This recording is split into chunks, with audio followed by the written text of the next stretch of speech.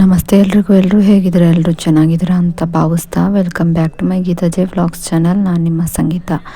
ಇವತ್ತಿನ ಈ ಒಂದು ವಿಡಿಯೋದಲ್ಲಿ ಈ ಒಂದು ವಾರಾಹಿ ತಾಯಿಯ ಮಂತ್ರ ಪಠಣೆಯಿಂದ ನಮ್ಮ ಜೀವನದಲ್ಲಿ ಯಾವುದೇ ರೀತಿಯ ಕೆಲಸಗಳು ಅರ್ಧಕ್ಕೆ ನಿಂತು ಹೋಗಿದ್ರೂ ಕೂಡ ಆ ಒಂದು ಕೆಲಸಗಳು ಸಂಪೂರ್ಣವಾಗೋದಕ್ಕೆ ಈ ಒಂದು ತಾಯಿಯ ಮಂತ್ರ ತುಂಬಾ ಸಹಾಯ ಮಾಡುತ್ತೆ ಅಂತಲೇ ಹೇಳ್ಬೋದು.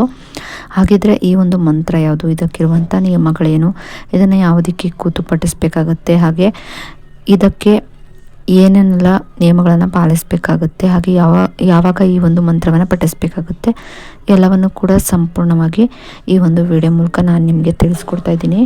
ವಿಡಿಯೋವನ್ನು ಎಲ್ಲೂ ಕೂಡ ಸ್ಕಿಪ್ ಮಾಡದೆ ನೋಡೋದ್ರಿಂದ ಇದ್ರ ಬಗ್ಗೆ ಸಂಪೂರ್ಣವಾದ ಮಾಹಿತಿಯನ್ನು ನೀವು ತಿಳ್ಕೊಬಹುದಾಗಿರುತ್ತೆ.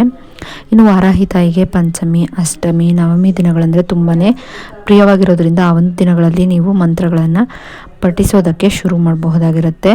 ಇಲ್ಲ ಅಂದರೆ ಮಂಗಳವಾರ, ಗುರುವಾರ, ಶುಕ್ರವಾರ ಅಥವಾ ಅಮಾವಾಸ್ಯೆ, ಹುಣ್ಣಿಮೆ ದಿನಗಳಲ್ಲೂ ಕೂಡ ನೀವು ಮಾಡಬಹುದಾಗಿರುತ್ತೆ.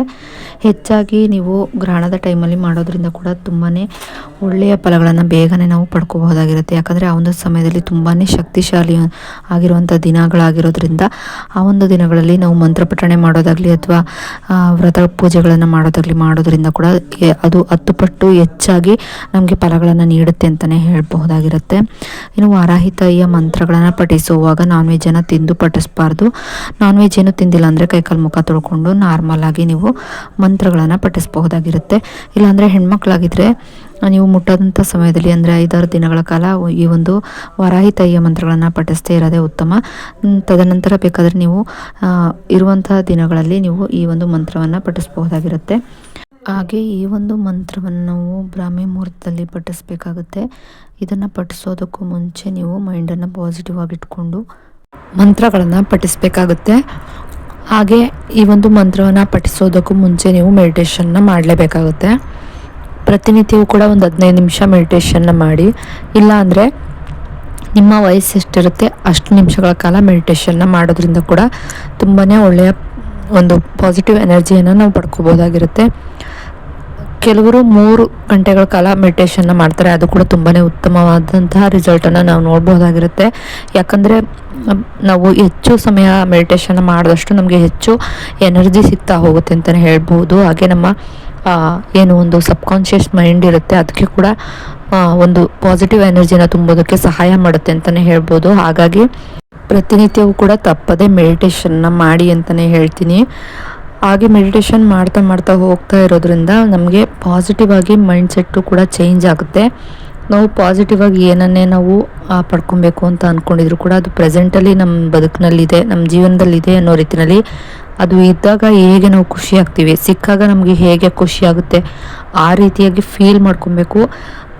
1 ಸೆಕೆಂಡ್ ಫೀಲ್ ಮಾಡ್ಕೊಂಡು ಮತ್ತೆ ನಮಗೆ ಸಿಕ್ಕಿಲ್ಲ ಅನ್ನೋ ರೀತಿಯಲ್ಲಿ ನೀವು ಫೀಲ್ ಮಾಡಿಕೊಂಡ್ರೆ ಏನು ಪ್ರಯೋಜನ ಆಗೋದಿಲ್ಲ. ಸಿಕ್ಕಾಗ ನಮಗೆ ಹೇಗೆ ಆ ದಿನವಿಡೀ ಎಲ್ಲ ಖುಷಿಯಾಗಿರ್ತೀವಿ, ಅದು ನಮ್ಮ ನಂತರ ಹೇಗೆ ಮರ್ತೋಗ್ತೀವಿ ಆ ರೀತಿಯಾಗಿ ಖುಷಿಯಾಗಿದ್ದು ಅದರ ಬಗ್ಗೆ ಹೆಚ್ಚಾಗಿ ಯೋಚನೆ ಮಾಡಿದೆ ಅದು ಹಾಗೇ ಇಲ್ಲ ಅನ್ನೋ ರೀತಿಯಲ್ಲಿ ನೀವು ಏನು ಯೋಚನೆ ಮಾಡ್ದೇನೆ ಅದು ಆಗಿದೆ, ಆಲ್ರೆಡಿ ನನ್ನ ಹತ್ರ ಇದೆ, ಅದರಿಂದ ನನಗೆ ತುಂಬಾ ಖುಷಿ ಆಗ್ತಿದೆ.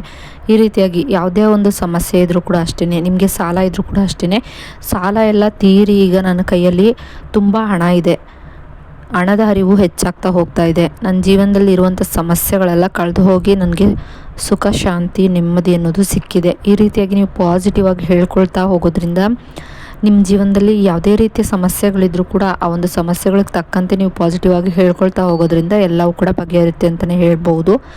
ಹಾಗೆ ಈ ಒಂದು ವಾರಾಹಿ ತಾಯಿಯ ಮಂತ್ರವನ್ನು ಬ್ರಾಹ್ಮಿ ಮುಹೂರ್ತದಲ್ಲಾದರೂ ಪಠಿಸ್ಬಹುದಾಗಿರುತ್ತೆ. ಇಲ್ಲ ನಿಮಗೆ ಆಗೋದಿಲ್ಲ ಅನ್ನೋರು ಮಲಗುವಂಥ ಸಮಯದಲ್ಲಾದರೂ ಪಠಿಸ್ಬೋದು. ಆದರೆ ಒಂದು ನಾನ್ ವೆಜ್ಜನ್ನು ತಿಂದು ಪಠಿಸ್ಬೇಡಿ ಅಷ್ಟೇ. ಹಾಗೆ ಹೆಣ್ಮಕ್ಳು ಮುಟ್ಟಾದಂಥ ಸಮಯದಲ್ಲಿ ಪಠಿಸ್ಬೇಡಿ. ಆ ಮಂತ್ರ ಬಂದು ಹೇಗಿರುತ್ತೆ: ನರ್ಪವಿ ನರ್ಪವಿ ನರ್ಪವಿ ನರ್ಪವಿ ನರ್ಪವಿ ನರ್ಪವಿ. ಇದನ್ನು 108 ಬಾರಿ ಪಠಿಸೋದ್ರಿಂದ ನಿಮ್ಮ ಸಮಸ್ಯೆಗಳ ಬಗೆಯಿರುತ್ತೆ ಅಂತ ಹೇಳ್ತಾ ಈ ಒಂದು ವಿಡಿಯೋ ಇಷ್ಟ ಆದರೆ ಲೈಕ್ ಮಾಡಿ, ಶೇರ್ ಮಾಡಿ, ಕಮೆಂಟ್ ಮಾಡಿ. ಇನ್ನಷ್ಟು ಇಂತಹ ವಿಡಿಯೋಗಳಿಗಾಗಿ ನನ್ನ ಚಾನಲ್ನ ಸಬ್ಸ್ಕ್ರೈಬ್ ಮಾಡ್ಕೊಂಡು ವಿಡಿಯೋ ನೋಡಿ. ಇನ್ನು ವಿಡಿಯೋ ನೋಡಿದ್ದಕ್ಕಾಗಿ ಥ್ಯಾಂಕ್ ಯು ಫಾರ್ ವಾಚಿಂಗ್.